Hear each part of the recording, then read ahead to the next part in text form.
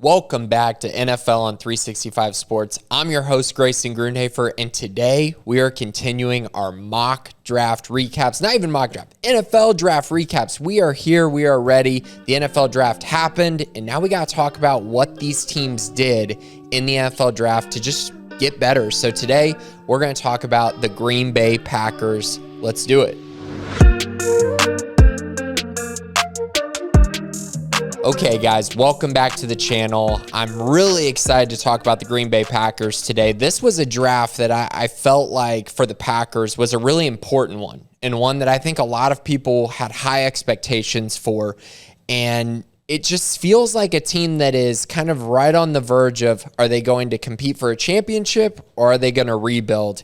And I think this draft really signified that they're still ready to compete. They got Aaron Rodgers back, so you know they're trying to win championships while they still have him there. So I think they did everything they could to try to make the team better as a whole, while also not giving up on the future. And also while not going away from kind of what their plan has been all along. And what I mean by that is when a GM has a formula for success, they usually follow that formula. And that's what the Packers did in this draft. So I'm going to go pick by pick for the first 3 rounds of the draft. I'll talk about a couple late round picks that I like as well, and then give the Packers a grade at the end. So let's start with their first pick. It was round 1, pick 22, and they went with Quay, the linebacker out of Georgia. You're going to hear 2 names from Georgia with the Packers' first 2 picks. And the thing of it is Georgia had one of the most historic defenses you're really going to see. Outside of the SEC championship game against Alabama, they really were just utterly dominant the entire year. And so going with Quay Walker, it really gives them some versatility. And Quay is a great athlete. There's no doubt about that. He can play nickel. He can play inside linebacker. He can even move over to the edge and be a pass rusher from the edge spot. So when you look at that matched with the speed and agility, you go, man, this guy's a home run pick, right?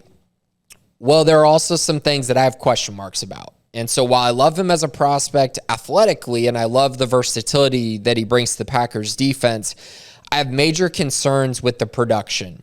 He has 130 tackles the last 3 seasons. That's solid. But if you look at some of the best linebackers across the country, some of those guys are having nearly 100 tackles in 1 year. So Quay's a little bit behind in that regard. Doesn't have a ton of tackles for loss and sacks either. So my concern there is, while he's an amazing athlete, does it translate onto the field as far as being a disruptive playmaker? Now, to combat that a little bit, he played in a loaded Georgia defense, so the opportunities for big plays in the backfield may have not been there for him. Other guys might have been able to take advantage of that more so than him. He wasn't really asked to, be in the backfield in the run game or really do a whole lot in coverage either. He was kind of there to be a leader for the defense while also kind of moving around the defense and being versatile. So those type of things make it a little bit just a question mark for me, is how productive is he going to be in the NFL, and where are the Packers going to put him the most to make sure that he's in position to succeed. A really interesting draft pick, a guy with high upside, but I also think a low floor with their first pick in this draft.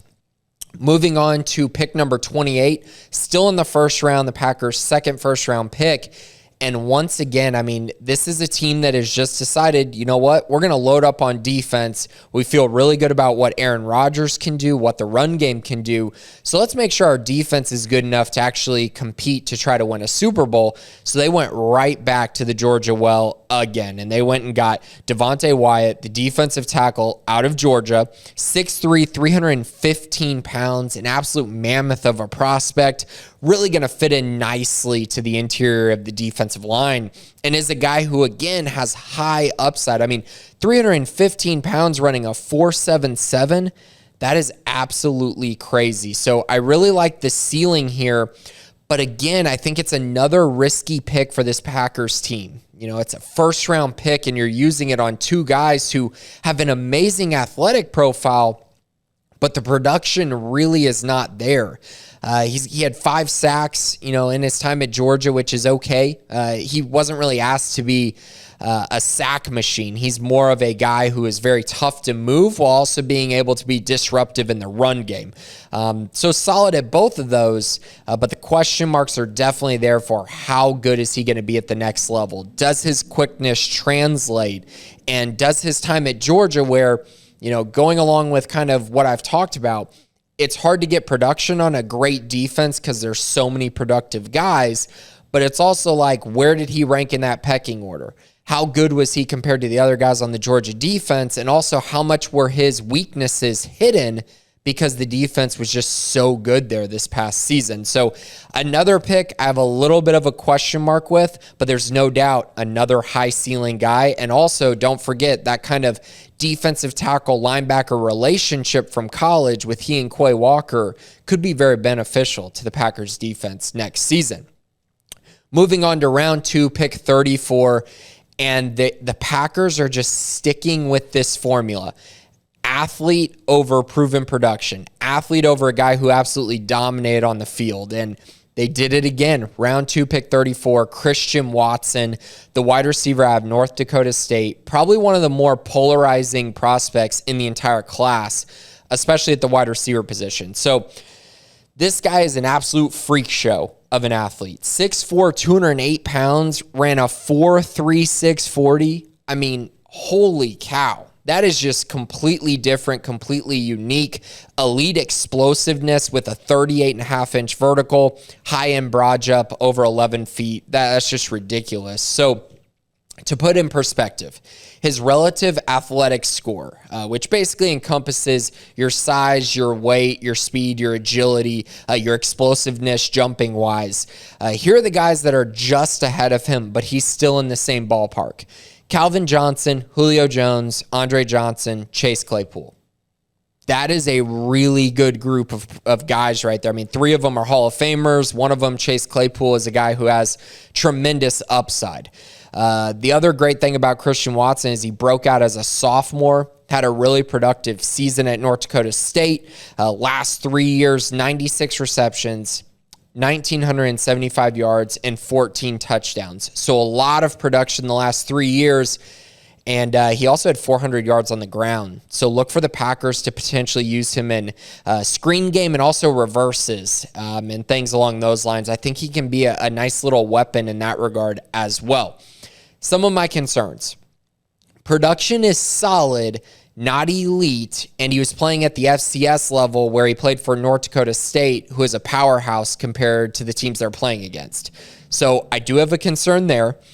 I also have a concern with drops. He has one of the highest drop rates in this entire class for the wide receiver position, so it's something he's going to have to improve upon.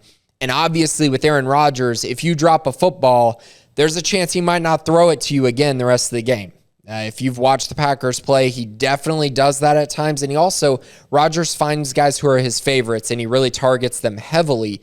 So we'll see if Watson can, build that trust with Aaron Rodgers early. But if he hits, this could be the best wide receiver prospect in this draft. That's how athletic he is. That's how unique he is as a prospect.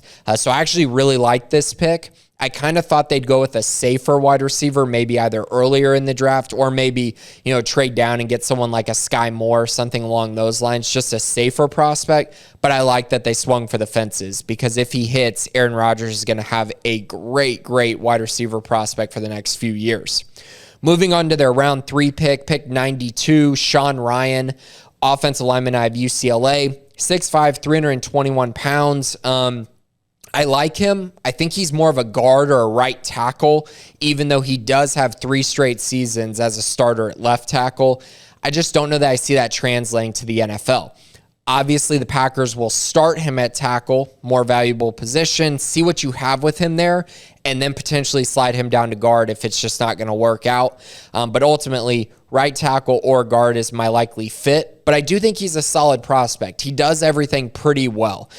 Good in pass protection, a solid run blocker, not elite at either, but solid at everything. And when you get a guy like that, you just need him to continue to grow and continue to build and then put him at the right position. And once you're able to do that, you have a guy who's very versatile. And the reason I say that is because if you have a left tackle injury and this guy has to play left tackle, at least he has 3 years and over 30 starts of experience at left tackle to give you a starter in a pinch. So I like that pick. A versatile offensive lineman is always needed in the NFL. Late picks included 2 wide receivers, 2 offensive linemen, a linebacker, a defensive tackle, and a safety. Really deep draft class for the Packers this year. 2 guys I really want to mention here because I think they could have an impact, one in the immediate future and one maybe down the line. The immediate future guy is Romeo Doubs out of Nevada. I really like him. I think he's a guy in the 4th round who could get on the field pretty quickly. The Packers don't have a lot of proven wide receiver guys, and so I think Romeo could be one who steps into a role immediately and potentially fills in a nice role for Aaron Rodgers and becomes a bit of a safety blanket. I do view him as a slot receiver at the NFL level. And then also I really like Zach Tom out of Wake Forest, the offensive lineman. I think he's a very nice late round pick. I think that he can be a potential future starter at the NFL level, like his size, very solid in pass protection, and also getting better in the run game as well. It's just tough because at Wake Forest, that offense was so unique and so different from NFL offenses. I think it will take him some time to develop into a true NFL offensive lineman. Now, as far as the grade goes, I think the Packers took a lot of risks in this class, which gives them a high ceiling, but also a low floor in total. So I'm going to give them a B-. I like this class. It's just the risk. I can't repeat it enough because you have an opportunity here to have a great team and you have an opportunity to get Aaron Rodgers' proven weapons, and they decided to go with risky defensive prospects, a risky wide receiver. So now it's just all about, do they hit or do they not? And so right now I'm going to give it a B- just because I felt like the risk was a little higher than I was hoping for this Packers draft class. So that's it for the Packers. I'll be back later this week to talk about a few more draft classes throughout the week as we continue to recap the 2022 NFL Draft. This has been Grayson Grunhafer on NFL on 365 Sports.